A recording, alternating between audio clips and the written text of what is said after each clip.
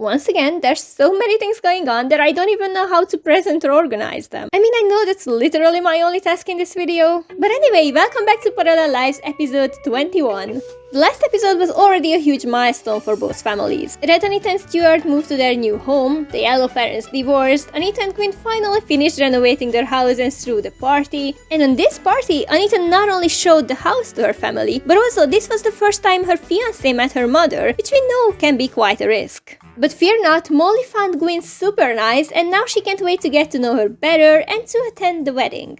In the Red World, Orlando and Ivy had their second baby, but in spite of their rather difficult financial situation, Orlando still kept rolling the one to stay home from work, so Ivy was sustaining the family.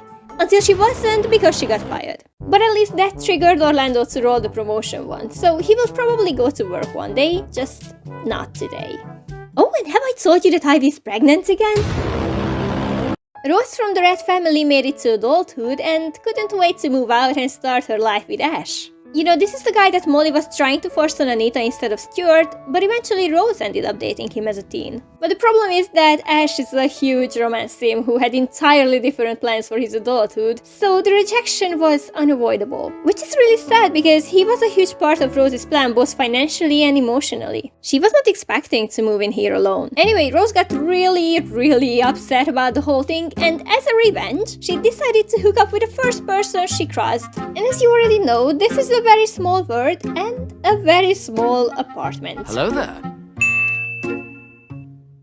But right after that, Rose rolled a 1 to get engaged to Ash. So this appears to be a promisingly toxic relationship. However, there is one person, unfortunately, who won't be there to witness this drama. Red Carl got terribly sick last week and no medication, rest or grandma's comfort soup could save him. So eventually both parents split up in one way or another. Red, Anita and Stuart just moved into their new house and mostly it is ready and renovated, but Stuart can never have enough of expensive stuff. Anyway, they have quite ambitious plans for this week. Stuart urges the marriage, Anita wants to have their first baby. I guess they will also want to have their honeymoon after the ceremony, so I think we should make it happen today, and then for the rest of this episode, they can travel somewhere. I just realized their porch is a lot bigger than the one in the Yellow Bird, but at least they have room for the guests. Speaking of which, this whole event is going to be like a ticking bomb, because obviously I'm inviting Rose, Orlando, and Ivy as well. Oh, look at Stuart, how classy he is in his ceremonial military uniform. And Anita, she's simply stunning. Molly, please don't sit in the last row, it's your daughter's wedding.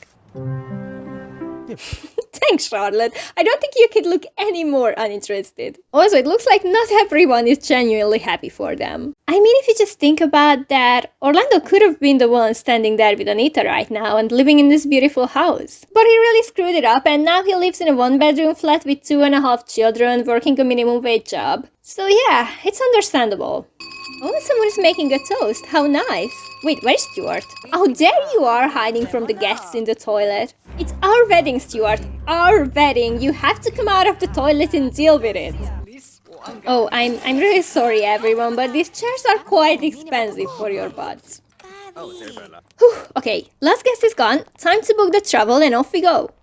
Carl is still living with Anita and Gwen. I think he needs some extra time to rebuild his life on his own. Last time after the divorce and his unfortunate career decision, he pretty much hit rock bottom. But I think climbing back to his previous position will help him regain his self-esteem and financial stability to move on. His presence hasn't really caused any conflicts between Anita and Gwen so far. But I also feel like this is just a surface and some kind of tension is definitely building up in Gwen.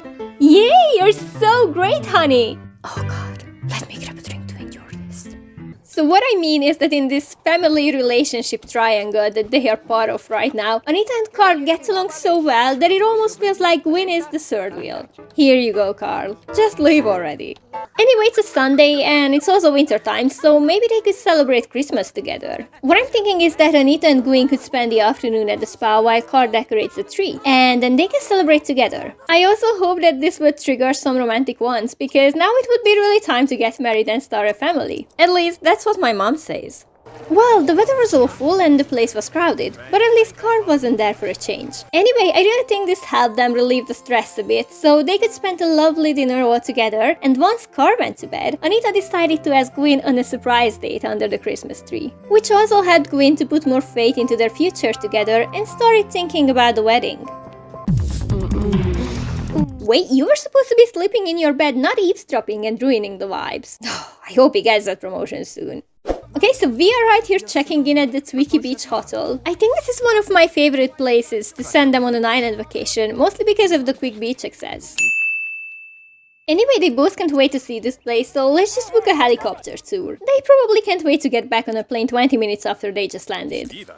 This poor guy doesn't seem to be comfortable with all these tourists flooding his land. The helicopter is flying over a volcano when the pilot yells something to the passengers and points to a panel with 2 buttons, but they couldn't hear which button to press. I'm afraid the red button looks way too dramatic, so let's just press the green one. What can go wrong? Ah, it's so nice to finally unwind a little. What? I said it's nice to finally unwind a little. Why do you have a wine bottle? Never mind, it's awesome. Just look how calm and peaceful it is. I'd definitely take her place right now. I've been to a similar beach only once in my life, and it was pretty abandoned and calm originally. But we visited this beach as part of an exchange program, so around 50% crowded the place. And you know, the sea and waves are loud, but 50 teenagers are definitely louder. Anyway, let's grab something to eat. I have to admit that back in the days when I played The Sims 2 as a kid, I never figured out that you could order food through the phone in your bedroom. So I never sent my Sims on vacations, or only to these lodgings that had a restaurant or at least a food stall. Excuse me? That's my food. I paid for it. I mean, technically I haven't yet, but this doesn't mean it's yours. Is this like a local thing? Is this acceptable here? Can I speak to the manager? Anyway, these tiny inconveniences cannot ruin their perfect honeymoon. I mean, look how romantic is it to slow dance on your private beach balcony under the starlight. So romantic that Stuart also wrote the want to have a baby. Oh no, Carl, I know I said I wanted you out, but this is really not what I meant. Can you please hurry up? Half of the house is on fire. Okay, this was close.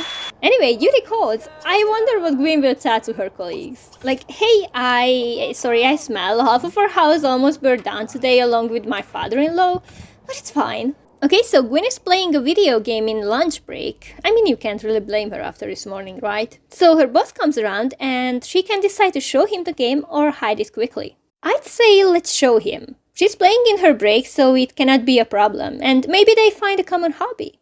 Gwyn is demoted. But why? This guy knows nothing about what she's going through recently, and even this stops it. I'm so sorry, Gwyn. She's got very afraid of making another mistake and getting fired. But at least Carl completed his goals and reached the top of the business career once again. I really hope he will roll someone that gives his story a nice arc. Like, he had very good reason to move into this household after his life collapsed. But I also want him to have a very good motivation to leave. And eating turkey or playing the violin is not really what I'm looking for. But going on a spiritual journey to the Far East at the end of his life is way better. I think it suits him quite well, because now that he's a business tycoon once again, I think he realized that this is not entirely what he was looking for, and he would also need some time on his own to figure out who he really is after everything that happened in his life. But we are not kicking him out just yet, because Tuesday is free for both Anita and Gwyn, so it's a perfect time to get married. By the end of their honeymoon, Stuart was feeling completely energized and couldn't wait to get back to work and continue climbing that ladder. But before that, they still have a day to spend here, so let's visit some local sites. If you're already messing up this place, try to pick up something about their culture at least. Just try some of the local food, make some offerings, sit awkwardly in a hot spring with complete strangers from all around the world. Nice to meet you all. Do you like whirligigs around here? I'm not sexually active right now. Hey honey, what do you think of this sandcastle I'm building? Let's see, it should be about this tall. Okay, now let me see from the bottom. Okay guys, you won't believe what's happening here. This guy who previously tried to express his dominance by stealing Anita's food is trying to pick her up right before they are leaving. I guess he felt it's now or never, but luckily it's going to be a never. What a nice winter day to get married, right? Excuse me, can you please stop flirting with her on her wedding day? I can't really tell if she's the best or the worst kind of friend. Because she's probably like, hey, I know you're going through a lot and I could make you a lot happier. But Gwen's like, I'm fine, but thanks, I guess. Okay, I think there's an issue to be solved here. Seriously, Never mind, maybe they prefer a private ceremony. Just the two of them in the falling snow. Or maybe the guests are very rude and they are only here for the food and drink. See, now they are invested in this event. Okay, Car, since you've been so close to them recently, you can make a toast. And this can be a perfect occasion to thank them that they offered you a place when you were in need. And also to announce your upcoming travel to the Far East.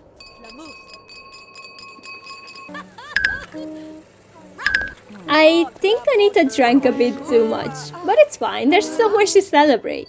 They are finally joined. She can also be happy for her mom and dad, who both found peace and happiness after their separation. Especially Carl, who is finally moving out. So once again, and I know I say this quite often recently, but this is going to be a whole new era. I wonder if Carl will end up finding a Far Eastern woman, a lot younger than him of course, and marry her. Anyway, in the next episode, Anita and Gwyn will be after their honeymoon, and don't worry, they are not going to the Far East after Carl.